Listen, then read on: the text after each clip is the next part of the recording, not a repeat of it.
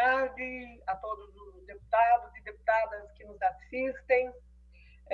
Eu vou me reservar o direito de, neste momento, não entrar no mérito do projeto do PL 350, porque nós ainda estamos negociando as nossas emendas, discutindo as nossas emendas, junto com a liderança do governo. Temos várias sugestões que nós avaliamos que são extremamente importantes, e hoje nós vamos votar a urgência, e o Partido dos Trabalhadores é favorável a que a gente implemente, porque senão, se a gente não votar esse projeto rapidamente, ele vai perder a sua utilidade, porque nós temos tantos outros projetos importantes a serem discutidos. Então, nós entendemos que, não obstante esse projeto não contemple tudo aquilo, contempla pouco daquilo que a gente entende como sendo importante, eu apresentei várias propostas de emenda e os outros deputados da bancada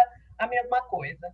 Mas eu quero aproveitar essa oportunidade que eu tenho para falar, para conversar com os meus pares, para conversar com a minha bancada e para conversar com as pessoas que assistem a essa sessão da Assembleia Legislativa, para dizer a alguns deputados que me antecederam, e especialmente ao deputado Gil Diniz, a quem eu tenho um respeito muito grande, que há uma grande diferença entre o que a gente está vivenciando nesse país e o erro cometido hoje na fala do presidente Luiz Inácio Lula da Silva. O Lula, ele fez uma manifestação em vários órgãos de imprensa, abre aspas, dizendo o seguinte: usei uma frase infeliz que não cabia para tentar explicar que é no auge da crise que a gente entende a importância do SUS e do Estado. Peço desculpas a quem se sentiu ofendido. Essa é a fala do presidente Lula. Então, há uma diferença, meu querido Gil Diniz, muito significativa entre o presidente Lula, que é um ser humano e que erra, assim como eu, assim como qualquer um de nós, que temos o direito de errar, assim como muita gente reconhece que errou, né, em ter dado o seu voto para o presidente Jair Bolsonaro, muita gente, as pesquisas indicam isso. Né? Eu tenho muitas pessoas que se arrependeram e que dizem textualmente para mim: eu me arrependi. Né?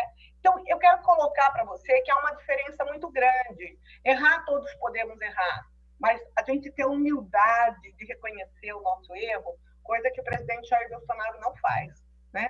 Ele não faz, ele agride jornalistas, ele agride mulheres, ele agride LGBTs, ele agride as pessoas, ele maltrata as pessoas, ele manda as pessoas calarem a boca e ele não pede desculpas. Eu nunca vi o presidente Jair Bolsonaro pedindo desculpas.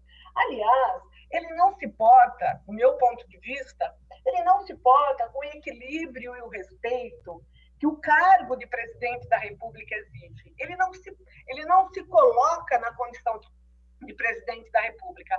A fala dele de ontem é um negócio inimaginável que possa sair da boca de um presidente da República. Ele faz chacota com a morte de quase 18 mil pessoas. Ele faz brincadeirinha com uma coisa tão grande, tão grave, tão séria, quanto é essa pandemia que nós estamos vivendo no Brasil. É uma pandemia extremamente grave, e se nós tivéssemos tido um timoneiro, alguém que nos conduzisse, alguém que tirasse um diagnóstico da situação, alguém que tirasse o inventário da situação, alguém que tomasse as providências necessárias para que nós não chegássemos no ponto que nós chegamos, nós, com certeza, não estaríamos na gravidade da situação que nós estamos vivendo no Brasil hoje, né? Onde milhares de pessoas estão perdendo os seus familiares, os seus entes queridos, porque não há de forma alguma uma condução coerente nessa pandemia que nós estamos vivendo, né? Pelo contrário, o presidente Jair Bolsonaro, ele sai ofendendo o Supremo Tribunal Federal, ofendendo o Congresso Nacional, participando de atividades que são atividades proibidas do ponto de vista da Organização Mundial da Saúde, aglomerando pessoas, né? O presidente Jair Bolsonaro defende a ditadura, o presidente Jair Bolsonaro defende uma série de situações que nós achamos que não é correto e que ele deveria ter muito respeito pelo cargo que ele exerce, e ele não tem esse respeito. Aliás, nós estamos vivendo no Brasil uma pandemia, uma crise sem precedentes do ponto de vista institucional. Nunca nesse país as instituições foram tão desrespeitadas. Nunca nesse país a democracia foi tão aviltada. Nunca nesse país a gente viu tanta gente arrependida de ter digitado 17 no dia da eleição. Nunca. Né? E as consequências, é só a gente esperar. Eu tenho muita tranquilidade, deputado Gil Diniz e os outros deputados que defendem ainda o presidente Jair Bolsonaro. Tudo isso vai vir à tona. Né? Eu não tenho dúvida nenhuma de que o que fizeram com o presidente Lula foi na perspectiva de retirá-lo da possibilidade de ganhar a eleição, porque se ele tivesse concorrido, eu não tenho dúvida nenhuma, ele teria sido eleito. Né? E aí houve um Supremo com tudo, né?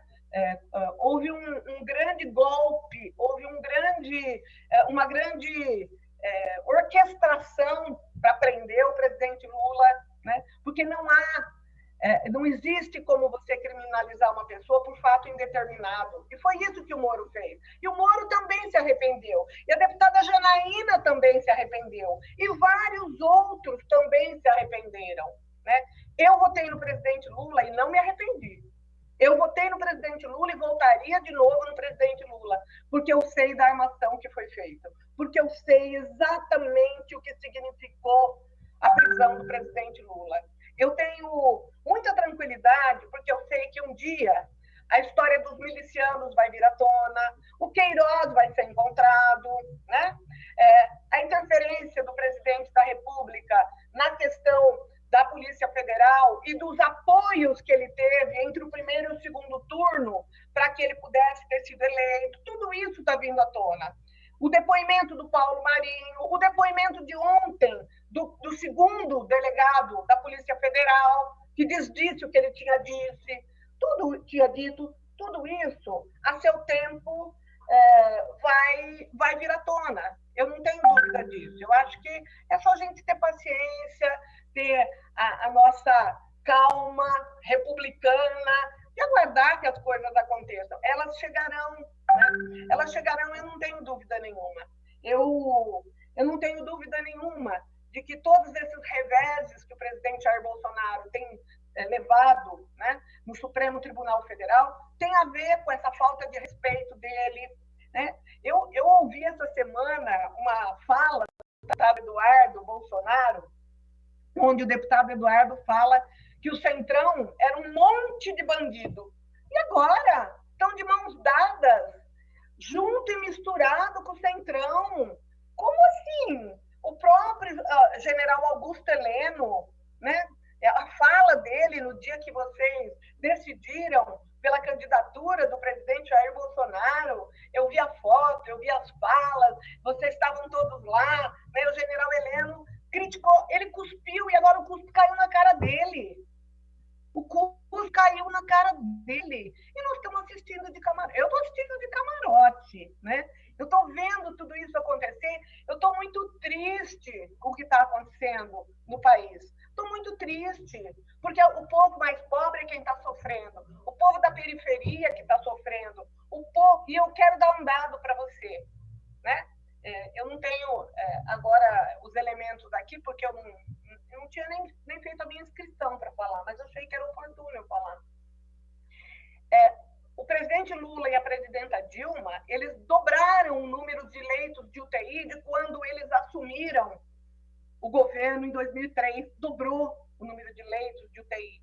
Só que na minha cidade, em Araraquara, mais do que dobrou o número de leitos de UTI aqui em Araraquara. E em outras cidades que a gente tem ideia, fizemos as UPAs, o Mais Médico, o SAMU, tantos programas, a atenção básica era cuidada com carinho, né? E E agora, com a emenda constitucional 95, o Ministério da Saúde perdeu quase 22 bilhões de reais, quase 22 bilhões de reais por conta de acordo. Depois do golpe da presidenta Dilma, tiraram dinheiro da educação, tiraram dinheiro da saúde, tiraram dinheiro da assistência social, e é o povo pobre que sofre, né? A desorganização do serviço de atenção básica nos pequenos municípios, e eu sou do interior, eu rodo no interior, eu vou para muitas cidades do interior, eu visito muitos prefeitos do interior, e eu sei exatamente a situação caótica que a gente tem na atenção básica nos pequenos municípios do estado de São Paulo, quiçá nesse país inteiro, né? Se no estado de São Paulo, que é o estado mais rico da nação, a gente tem essa situação de dificuldade para cuidar da atenção básica, quiçá nesse país, lá na Amazônia, lá no Pará, lá no Maranhão, em tantos outros estados muito mais pobres do que o estado de São Paulo. Então, eu não tenho dúvida nenhuma e tenho muito orgulho do trabalho que o presidente Lula e a presidenta Dilma fizeram pelo Brasil, né? Os programas sociais, os projetos importantes que foram implementados, e foi por isso, exatamente por isso, pelos acertos deles, que eles foram golpeados. A gente sabe que a presidenta Dilma não cometeu crime de responsabilidade. Ela não cometeu crime nenhum, porque uma semana depois que tiraram uma mulher honesta, que foi eleita democraticamente pelo povo brasileiro, uma semana depois o Congresso votou, né, com o aval de todos os deputados da direita, do centrão, né, eles votaram que pedalada fiscal não era crime. Então, assim, e referendaram uma coisa que todos os governadores e prefeitos faziam nesse país. O Geraldo Alckmin fazia pedalada, os prefeitos e governadores do Brasil inteiro pedalavam, né? Porque nunca foi crime. Quem conhece a lei da contabilidade fiscal, a lei de 64, da contabilidade pública, sabe o que eu estou falando. Então, assim, desculpa, deputado, desculpa mesmo, com todo o respeito e carinho que eu tenho a Vossa Excelência. Vossa Excelência sabe que nós temos muito respeito e carinho pelo seu trabalho, por Vossa Excelência, mas nós não podemos compactuar com os termos chulos, com a forma desrespeitosa com que Vossa Excelência se reporta ao presidente Lula, né? O presidente Lula tem uma história. Quando, em várias oportunidades que eu tive de viajar pela Europa, e quando eu dizia que eu era brasileira, as pessoas diziam assim, Lula da Silva, com o maior respeito, com o maior orgulho de falar que o Brasil era o país governado pelo Lula da Silva. E eu também tenho muito respeito por ele, pela história dele, pela vida dele. E ele errou, né? Ele pediu desculpas pelo erro que ele cometeu. Às vezes a gente vai falar uma coisa e se equivoca e usa a palavra não muito adequada na frase e a gente acaba cometendo alguns equívocos. Eu penso que o pedido de desculpas dele, a quem se sentiu ofendido, a quem não gostou da fala dele, para mim é suficiente, porque mostra humildade, mostra uma pessoa tranquila, mostra uma pessoa que tem a consciência em paz, que deita a sua cabeça no travesseiro, não obstante tudo que já passou, e sabe, de fato, o que ele representa. Então, desculpa, né? Eu não vou aceitar que Vossa Excelência desrespeite uma pessoa que errou e que pediu desculpas pelo seu erro, porque todos nós somos humanos e todos nós temos o direito de acertar e de errar. É isso. Muito obrigada e vamos, então, na próxima sessão dessa Assembleia, discutir os méritos, o mérito e todas as emendas que a gente está querendo inserir no projeto, nesse projeto tão importante que a bancada do PT, com certeza, votará favorável também. Muito obrigada, senhor presidente.